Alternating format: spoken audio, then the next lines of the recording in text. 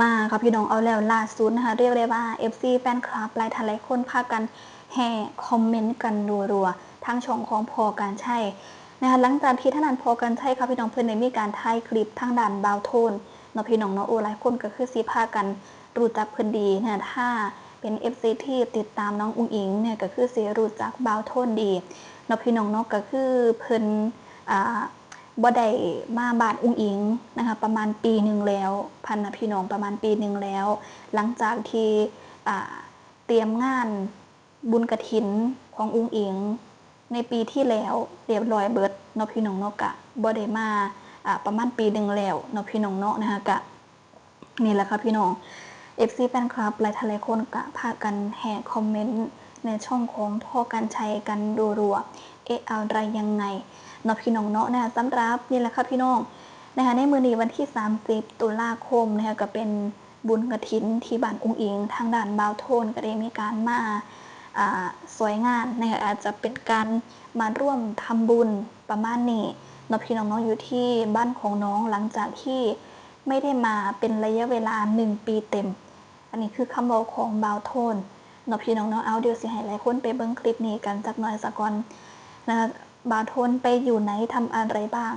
นะคะคลิปนี้มีคำตอบนะเอาไปเบิ่งคลิปนี้กันโดนปีหนึ่ง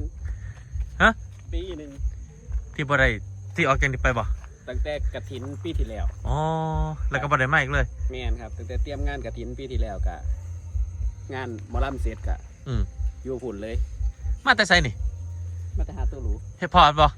โอ้ยเพื่อผมจนไปใส่บ่ได้มันบ่ให้มาสำได้มันสิกอดขากอดแข้งไว้คือถอดมันบ่ไปเฮ็ดหยังซุมื้อนี่ขายหอมกระเทียมครับพอได้บ่กระเทียมกะถ้าได้ขายมันก็พอได้อยู่เลยแต่ว่ามันหน้าฝนเมื่อกี้ไงบางมื้อก็เพราะว่าผมสิเน้นออกตลาดนัดออกตลาดนัดแล้วมื้อใดฝนตกก็ออกบ่ได้อันนี้ก็มาซอยงานคือเก่ากะมารวมบุญน้ำเพลินครับมารวมบุญมื้ออื่นเช้าก็สิไปขายของตลาดนัดนี่มีคิวตลาดนัดอำเภอไผ่บึงมื้ออื่นแรงมาบ่บัดนี้ถ้าฝนบ่ตกสิมาอยู่โอ้ยบ่ตกอากาศผมหนาวนี่บ่มักเลยอากาศหนาวนี่โอ้บ่าวโทนจะอยู่จักนอกจักปีคือ2 ปี3 ปี2 ปีครับ2 ปีขึ้นฮอดแบบเก่าบ่แม่นมากมันก็บรรยากาศคือเก่าอ่ะเห็นหมาเห็นแมวเห็นเนาะพวกนี้มันก็คือเก่าไปอยู่หันเป็นนางเล่นเดี๋ยวก็ตู้ลูกอ่ะ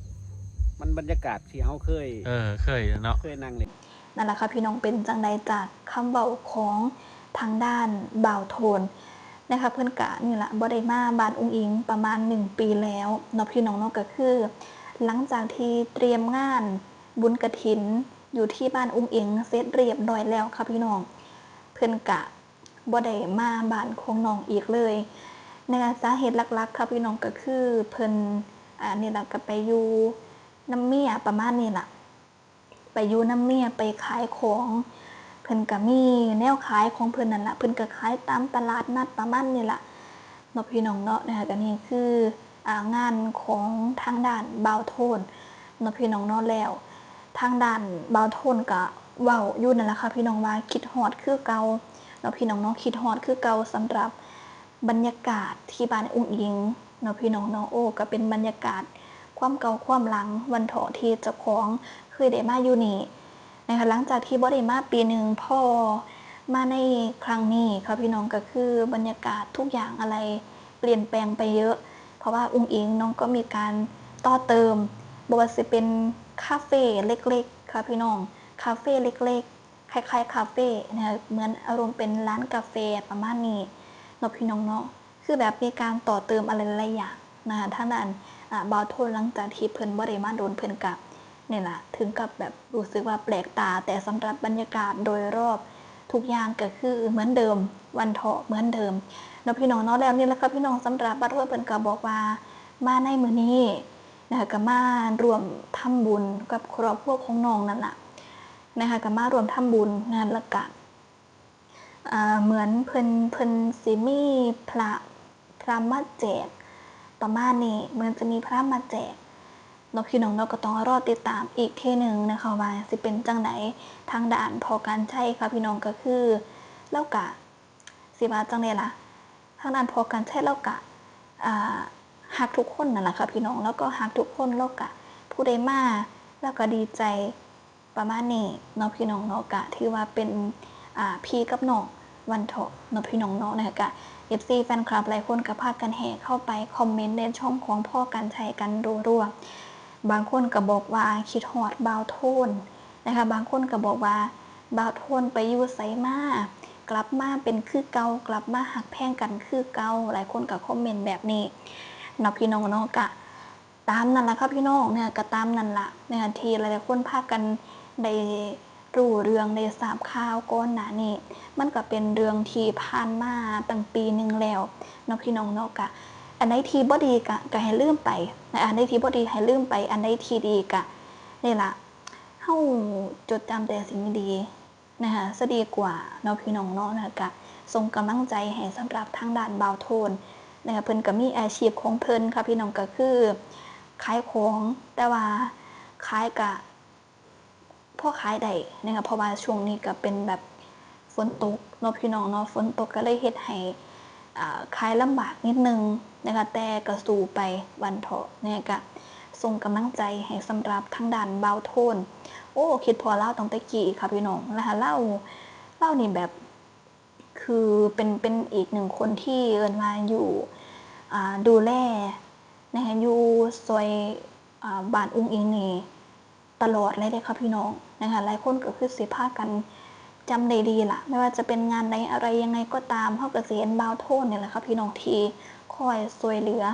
บ้านอุ้งอิงอยู่ตลอดไม่ว่าจะเป็นงานไหนก็ตามเนาะพี่น้องเนาะ FC แฟนคลับหลายคนนี้นะคะก็คือบ่ลืมนะคะผ่านมาแล้วปีนึงทุกคนก็ยังจำได้ดีเนาะพี่น้องเนาะแล้วนี่แหละพอเรากลับมาในเทียนี้ก็คือหายไปนานมากๆตั้งปีนึงพุ่นค่ะพี่น้องหายไปนานมากๆพอกลับมารอบนี้แล้วกะนี่แหละมารวมทำบุญเนาะพี่น้องเนาะมารวมทำบุญนะคะกะดีใจนะคะแล้วก็ว่ารู้สึกดีใจกับ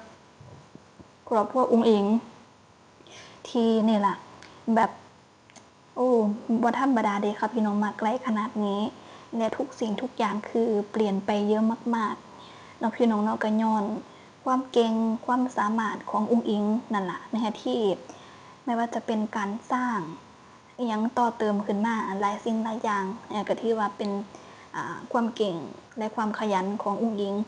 แล้วก็มารอเบิ่งอีกทีนึงค่ะพี่น้องว่าในมื้อนี้บ่าวโทนเพิ่นสิอยู่ฮอดย่ำใดมื้ออื่นนี่ก็มีแฮแต่ว่าบ่าวโทนเราบอกอยู่นะคะว่ามื้ออื่นเสาร์เราก็ต้องไปขายของอยู่ตลาดนัด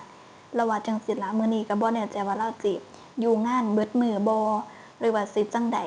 ก็ต้องรอติดตามอีกทีนึงเนาะพี่น้องเนาะนะคะอาจจะมื้อแรงอาจจะไปเบิ่งหมอลำอยู่นั่นล่ะนะคะแล้วก็มีพระมาแจกนำแล้วว่าจังซี่แต่สิแจกยามใดอันนี้ก็บ่รู้คือกันนะคะแล้วก็มื้ออื่นมีแห่ค่ะพี่น้องแต่ว่าเราบอกว่าเราต้องไปขายของยามมื้อเช้าก็ต้องกลับแล้วว่าจังซั่นนะคะก็รอเบิ่งวันเถาะรอติดตามเนาะพี่น้องเนาะเอานั่นแหละค่ะพี่น้องสำหรับคลิปนี้ก็ขอจบคลิปไปซ้ำนี้ซะก่อนเนาะค่ะแล้วก็มาสวัสดีค่ะ